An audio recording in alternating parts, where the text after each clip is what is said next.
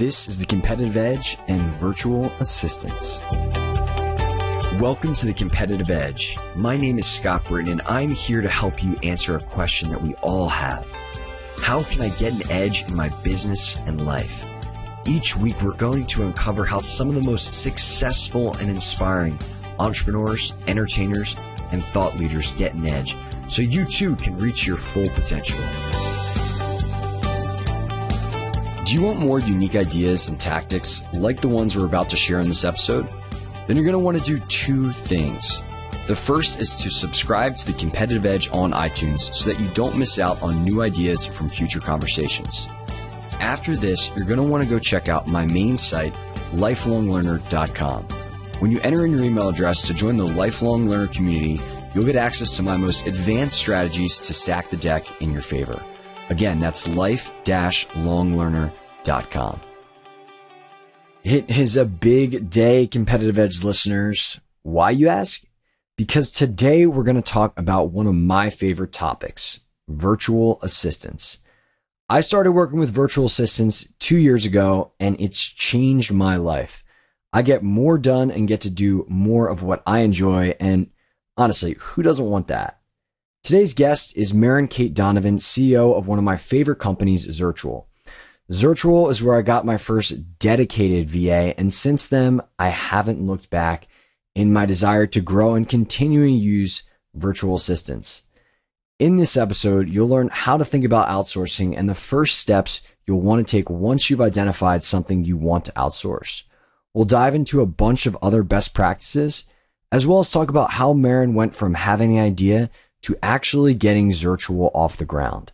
If you stick around for the Mindshare segment at the end, I'm going to share my personal outsourcing system, which is pretty unique and has helped me get more done and just be happier because instead of trying to get everything done, I just get to focus on what I enjoy. Let's dive in and hear from Maren Donovan.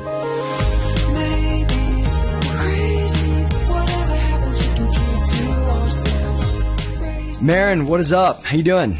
Very well. How are you? You know, I'm doing fantastic. It's pretty hard to have a bad day here in San Diego, so I can't complain. But we're not here to talk about San Diego weather. I want to talk about outsourcing and your amazing company, Zirtual, today. Tell me, Maren, how long have you been using virtual assistants?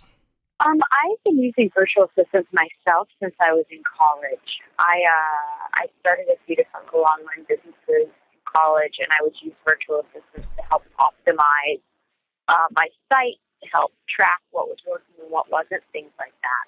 That's great. So you've been doing this for a long while, and one of the things I want people to just get out of this interview is just how it's really changed your life and why this is not a maybe someday thing.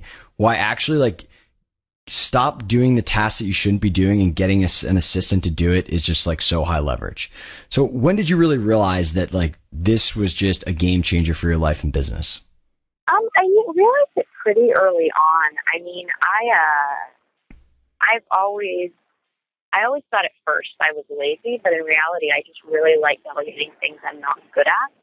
So from a very early point, I just was fascinated by the ability to give people sets of tasks or even a project, and then know that they would work on that while I could work on something else. So it was a game changer from day one.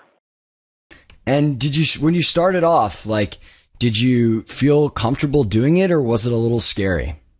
I mean, I think it's always difficult in the beginning to really trust that things will be done.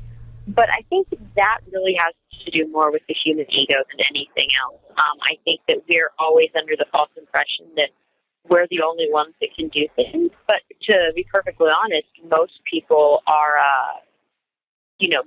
most people are good at a small subset of things, and then anywhere from okay to incompetent at the rest.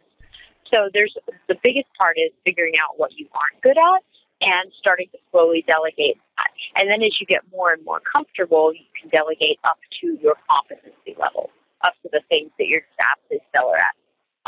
Like my co-founder is a designer, and the things he shouldn't delegate would be design work.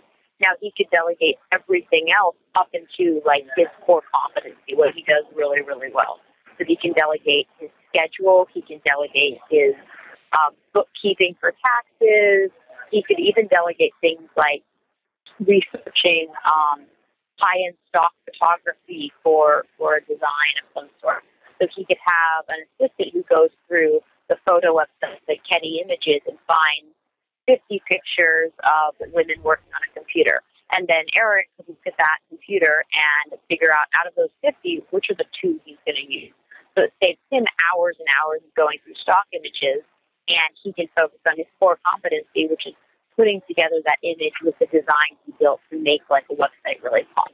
Yeah, I mean, I love how you break that down, that like in reality, there might be this one particular task that seems like we're the only person to do it. But when we chunk out that task and all the things required to go from particular idea maybe to, or desire to finish created task or product, like there's actually steps that somebody else can do so that you can focus on the most high leverage thing, or the thing that only you can do, or the thing that you enjoy the most, however you'd like to use an assistant.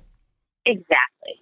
So this is awesome. And I think, you know, one of the things I just want to highlight, because my goal for people listening, I have two assistants and I absolutely love them. They help me so much. And I just want people to really take action. So I think if we can just kind of codify, like at a high level, what an assistant allows you to do is A, do more of what you are very, very good at, and B, do more of what you love, and ultimately save more time or get more done in the process. And I think that's amazing. What other things do you think, when people start to use virtual assistants to get comfortable, what other skills can they expect to develop? I mean, I think that as you start to get better at delegating to a virtual assistant, you learn to get better at delegating in general. Absolutely. You can do everything from delegating within your team. So obviously, usually most people that are entrepreneurs will eventually work with more than just themselves and their virtual assistant. So when you get better at delegating in one part, you usually get better at delegating in other parts of your life. I mean, I have extreme examples. I am kind of obsessed with delegation on a lot of levels, in that both in my personal and professional life. If I don't have to do something, and if don't really enjoy it, or if I'm not particularly good at it, I'll delegate it. And that would be everything from getting my hair blown out once a week to getting food delivered. I use things like eBay Now and Amazon Fresh a lot, runner services. I try not to do things that, unless I'm getting pleasure from them, if they're personal stuff, I'll try not to do stuff that is a time sink that I don't particularly enjoy, whether it's cleaning the house or driving myself around. I'll use UberX or something like that, because I'm not a huge fan of sitting in traffic and driving. I'd rather be able to do something else, look out the window, listen to a podcast, work on my computer. Is there a particular mindset that you take that allows you to understand when you should be delegating something? Well, I mean, the triggers should be when you're like, if I do X, then I'm not going to be able to do Y, or I really don't like doing X, or I'm not particularly good at X. I don't really know how to get started. There's a lot of things that you can, delegation also forces you to define the scope of a project or a task. And that's another great aspect of delegation. So if I'm going to have my assistant help me when I'm traveling, I can't just be like, hey, I want to go to LA. I will need to be like, I'm going to go to LA on these dates. I need to be at this, and this meeting. So I'll need a rental car. I'll need to stay in a hotel. And I will need to make sure that, something else. And then me and her can work on, okay, the specifics. What type of hotel? Where are the meetings at? How are we going to scope out my time so we make sure that I'm being as efficient as possible? And when you start delegating more, it forces you to look at your life through that lens. So you make sure things just start to become more and more efficient. Yeah, it's so true. I mean, when I first got started with it, I call it like building like the virtual assistant or even delegation muscle, where when I first got started, I was just like, maybe I should outsource this. Maybe I shouldn't. Maybe I should have some help with this. And then just like over time, it just became like almost ingrained in me, where it was like, okay, I don't enjoy this. Somebody else could do this. I am only worth like the tasks that I do in terms of like how I use my time. Should I do this or shouldn't I do this? And it took a little bit of time, but like once you get ramped up, it really just changes the way that you perceive, all the things that you decide to spend your time and energy on. Yeah, absolutely. I totally agree. So let's say somebody finds a particular task and maybe they just start working with a VA for the first time. Like, you know what? I shouldn't be doing this. How do you typically recommend people get started with outsourcing that particular thing? Like I said, the best thing is to figure out what you want the end result to be. So let's say you figure out that one of the least effective things for you is scheduling. So what you would say is you'd work with your assistant. You'd be like, all right, I want to take meetings on these specific days. I want to take meetings Tuesday, Wednesday, Thursday.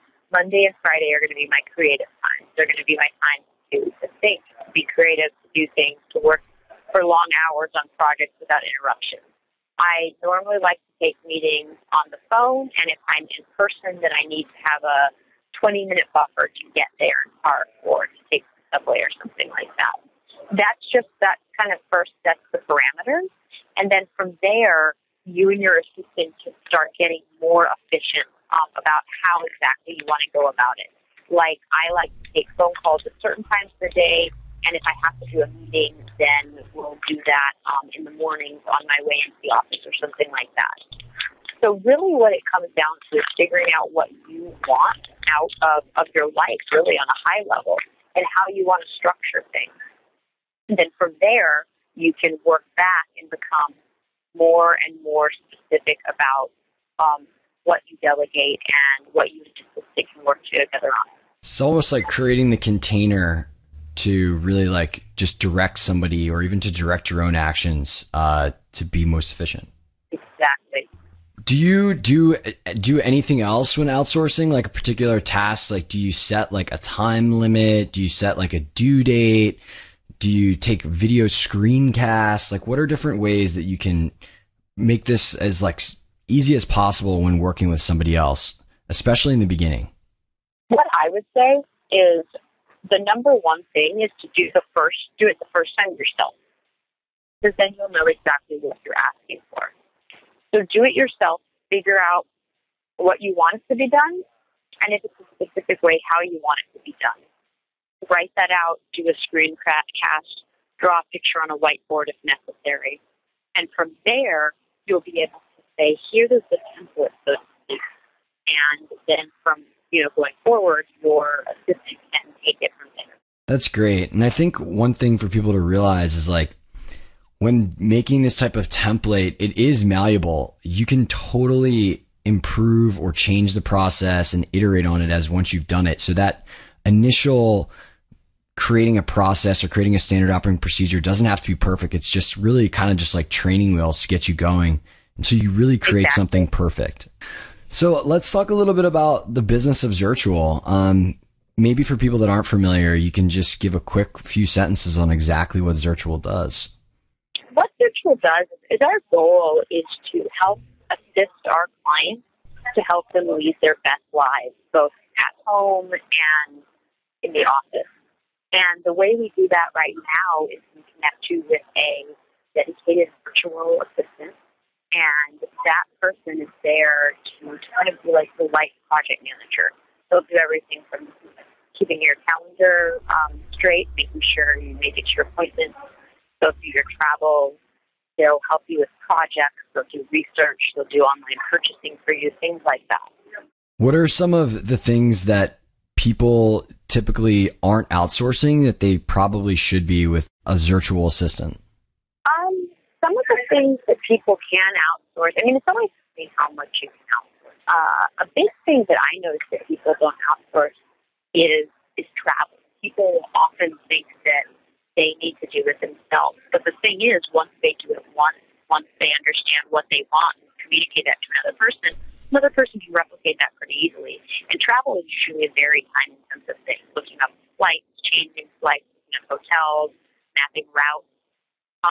I have my assistant help me plan all of my we have offices in several different cities. So I'll travel from city to city, meet with different people in the team and work with them. And I'll help her find a co-working space, or find a meeting room or whatever we need and arrange all that stuff, send calendar invites to everyone, make sure everybody is on the same page. And so I'm freed up to think more high level. That's great. And how did Zirtual come about? How did you go from idea to really implementing and ultimately building this company? It really came out of my own use case. I was using virtual assistants a lot as I tested out 2 different businesses online while I was living in Reno, Nevada, was where I was in school. And from there, I would blog about the different businesses. And at the end of the day, people were always the most interested about what I was doing with my assistants, how I was hiring them, training them, what I was delegating. And I was also the most fascinated by it. Delegation, automation, I like to consider it like leverage points. You only have so much time in the day. You have 24 hours, and a bunch of that is dedicated to speaking and meetings. So if you only do stuff for yourself, then you will only ever have the potential to be that effective. Say it's 14 hours or 10 hours or whatever. But if you leverage other things, whether it's automation, so maybe it's an online tool, or whether it's using people in your own company, it could be a laundry service. There's a lot of different ways that you can leverage your time. And Virtual kind of is like a grew out of an experimentation on that. So you have this notion in your head that, you know what, I shouldn't be the only person who has access to this, and it certainly shouldn't be as challenging as it is. What did you do next? I put a advertisement on my own blog, and I said, hey, if you'd like to purchase for $100 a virtual assistant package, which was literally me and my own virtual assistant matching them with someone that we found on Freelance or Craigslist, and we would hire them, we would vet them, and then we would give them to the other person to work on an easy contract basis. I just wanted to test the market, and as people started to sign up, I started to realize it was more of an actual business than I thought. So eventually we decided to productize it, to own the relationship with the workers myself through the company that became Virtual, and then to sell buckets of hours versus doing one-off kind of matching. Got it. And, what would you look for? Because I know a lot of people out there, they might want to experiment with services like Odesk or Elance. What did you look for in these people? I know you guys have very rigorous hiring and only accept a very small amount of people. What types of stuff do you look for in somebody who can really do a great job? What I always say, and part of our process, is we hire for traits and train for skills. You really want to figure out, depending on what you're looking for in a worker, what the personality traits would be, just the traits of the person are that will be really good at that role. A person that will be really good as an engineer is a different type of person that will be really good as a personal shopper or as a barista. So it's figuring that stuff out. And from there, it's building a basic rubric around it. Got it. And so you guys would use various, after identifying the traits, you guys would basically test or look for those with the different people that you were talking to? Absolutely. What's an example trait of people that made great virtual assistants? For great virtual assistants, a big one is being a people person, enjoying working with people, being a people problem solver. So somebody that you say, everybody has that friend that when you're like, oh, you express me of a problem, it's like, I'll help you fix that. That's the kind of person that also makes a really good assistant. Somebody who kind of was like, you know what, everybody kind of figure it out on their own. Those are more solitary people.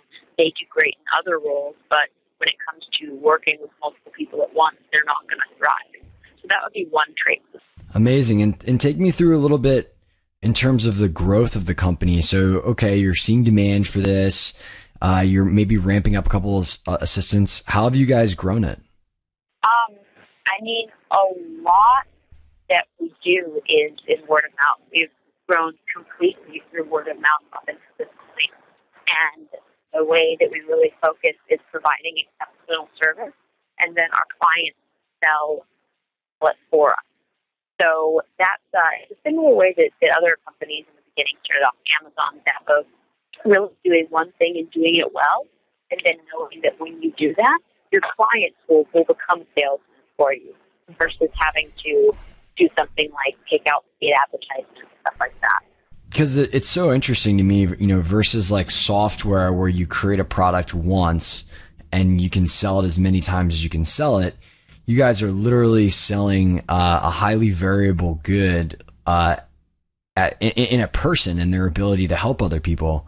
What have been some of the challenges in this process? I mean, the biggest challenge is just what you said. It's dealing with people on every angle. So you can be managing a bunch of different people, and there's personality conflicts. There's all sorts of things that come up. So are there maybe some things that people who are managing a distributed workforce can learn from your experiences? So maybe some things that you guys have done to kind of mitigate the challenges with just juggling so many people? Yeah, I mean, a lot of it has to do with the just basic human nature. Communication is key. Being able to understand their multiple personality types and working types. That's how we try to address things from the beginning. Is just being transparent. We try to be very transparent with our clients about our business model. It's collaborative consumption. Your assistant will work with multiple people, so there are things that allows us to be much cheaper than having your own dedicated assistant or your own assistant in house. But it also means that your virtual assistant will have multiple people they're managing, will need to be really good at prioritization and can't always, be there instantaneously for you. So just being honest, being upfront, and trying to be open about those restrictions and then work around them is what we found the most helpful. Yeah, that's great. I really love that. And managing expectations, no matter what element of business we're talking about, is so critical. What is the vision for the company? I mean, I love what you guys are doing, and I'm just curious about what the next phase of Zirtual is. I mean, we're really trying to grow and continue to make an impact. We don't have any plans on stopping. We think that this is the kind of service that can, be vital to small business owners everywhere. There's almost 30 million small businesses in the U.S. This year alone, and hundreds of thousands are created each month. We think that in and of itself is a great place for virtual assistants to thrive, and for people, small business owners, entrepreneurs to gather a ton of value, because often it's just you and one other person, or just sometimes you alone. So having a right-hand person, having that virtual assistant to help you wear all those hats is a huge benefit. And then at the same time, when it comes to households, there's a lot of households that have two working parents or one working parent, and it's incredibly busy for them. So being able to plug a virtual assistant in and then help you manage that, your life and your work balance, it's just, to us, it's kind of a problem that we could tackle for the next 50 years and still have tons to do. So we're really excited about continuing to grow.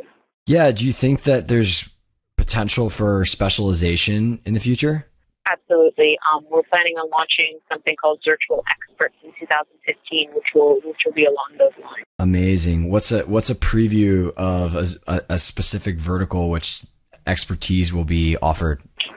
Bookkeeping or accounting would be one vertical that we're looking into. Well, you might be just getting another. I might be getting another virtual assistant, because that is the stuff that I absolutely cannot stand. Exactly. We noticed that. We get a lot of requests, and it's also a great way for us to allow our assistants to level up, because they can. A lot of them have expertise. A lot of them have master's degrees in certain things. So allowing them to, outside of just being a virtual assistant, allowing them to be a virtual expert and sell their time and expertise for a higher dollar value, and also making it incredibly affordable and beneficial for our clients is something huge, and it's something that we're starting to put in the works right now. Yeah, I love that. I mean, I think there's just so much friction into like finding people that are very good at the one thing that I suck at and not having to ramp them up. And it sounds like that's exactly the types of things you guys would be helping people with. Yeah, exactly. That is what we would be doing. I mean, that's the goal. We want to be a one-stop shop for this stuff. So I'll just kind of finish up with just, this one question, because you seem like you're a very productive, efficient person. Is there any kind of like one last tip on being productive that you could give people who are interested in, I guess, being a more efficient, prolific business person? Yeah, I mean, the biggest thing that I have found personally over the last few years as I've delved into this is setting aside time to not be reactive and to be proactive, especially setting aside a few hours in the morning to just focus on the big picture. Think about what you want in the next 6 months, year, 5 years for your business, and the same works in your personal life. And then going about it in a more specific way versus a reactive way. Because most people tend to just react to what comes at them in the world instead of being proactive, being specific, and kind of coming from a place of presence and being like, this is what I'm going to do, and this is how I'm going to try it. And of course, you'll change your roadmap 1,000 times between now and hitting your goal. But just taking time to be still and to think and to give yourself just a pen and paper and sketch ideas out versus being on email all day versus being very reactive in meetings, constantly engaging. I think that's the biggest breakthrough I've had in the last 5 years, and something I would encourage everyone to do. It's amazing. Do you have a particular like schedule interval at which you do this? Yeah. Yep. I try to take the first 2 hours of the day and block them off and just do creative writing and work on whatever the biggest problem is that I'm facing either personally or most times with the business. And then by about 10 a.m. I can pop in, I can check emails. But I also don't keep my inbox open all the time. I check my emails in relatively specific chunks of time. And I'll give myself a half an hour, and I'll crush through half an hour worth of inbox, and then I'll get off, and I'll do something else. I think that just allowing your inbox or reactivity like that to take over is an absolute productivity stat. Could not agree more. Maren, if people want to learn more about Zirtual and all the amazing services that you provide, what's the best place to go? Best place is to go to the website, zirtual.com, and you can always email me directly at Maren, which is just Maren at Zirtual, and I can answer any questions or direct you to the right person. Amazing. Thank you so much for coming on today. Of course. Thanks so much for having me.